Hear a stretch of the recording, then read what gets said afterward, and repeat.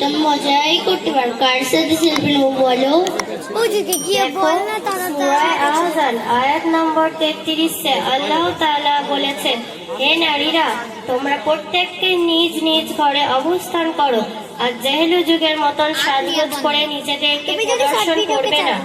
আর ওই দিন তুমি সাজগোজ করে বসে থাকবে, সকলে তোমাকে দেখবে, ছবি তুলবে। সাজগোজ করাটা কি খারাপ?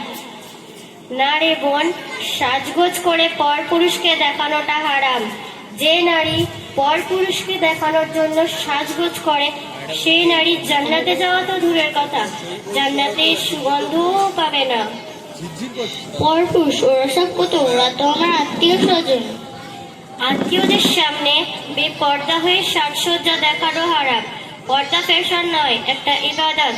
আমরা মনে করি শুধু দুনিয়াতে আর মৌত বাড়তে বোরখা পরে যেতে হয়, আর বাকি সব জায়গায় so beautiful, so elegant, just looking like a wow. ওইসব কথা বাদ দাও, একটা দিন একটু মজা করো। দেখেছো আমার পাঞ্চলের কি সুন্দর সুন্দর ছবি? কেমন লাগছে বলো তো? আস্তাগফিরুল্লাহ, তুমি এইভাবে ছবি তুলেছো?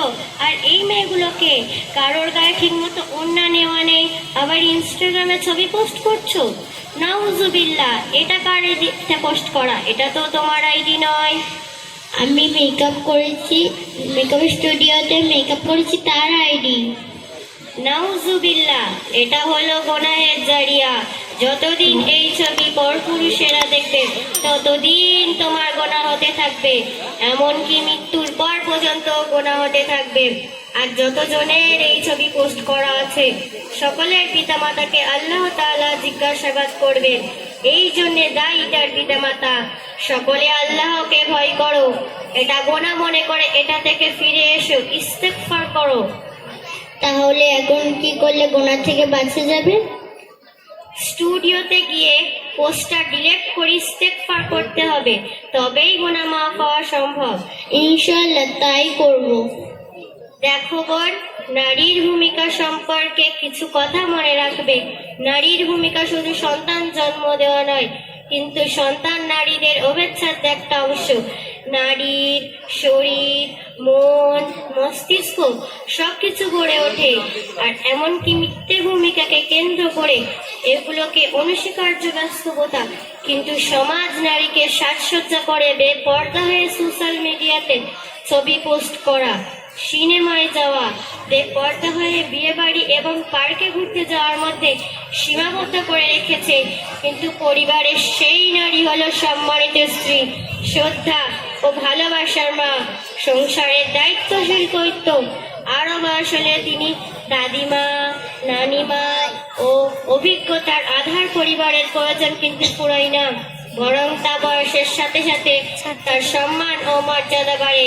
নারী যদি নিজের সমাজকে এতটাই গুরুত্ব মনে করত, I am not the wish you want, I am the voucher unit, তাহলে কতই না ভালো হতো।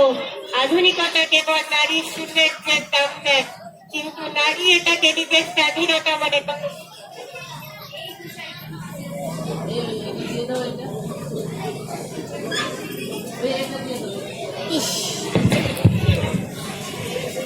নারী যদি নিজের সমাজকে, কিন্তু পরিবারের সেই নারী হলো সম্মানিত স্ত্রী, শ্রদ্ধা ও ভালোবাসার মা, সংসারের দায়িত্বশীল কর্তৃত্ব। আরো বয়স হলে তিনি দাদিমা, নানিমা ও অভিজ্ঞতার আধার। পরিবারের প্রয়োজন কিন্তু ফুরোয় না, বরং তা বয়সের সাথে সাথে তার সম্মান ও মর্যাদা বাড়ে। নারী যদি নিজের সমাজকে এতটাই গুরুত্ব মনে করত, I am not the wish you want, I am the future unit, তাহলে কতই না ভালো হতো।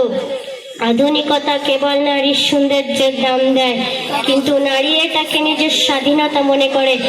এই বিষয়গুলো শুধু নারীদের নয়, প্রভাবিত করে পুরো সমাজ ও সভ্যতাকে।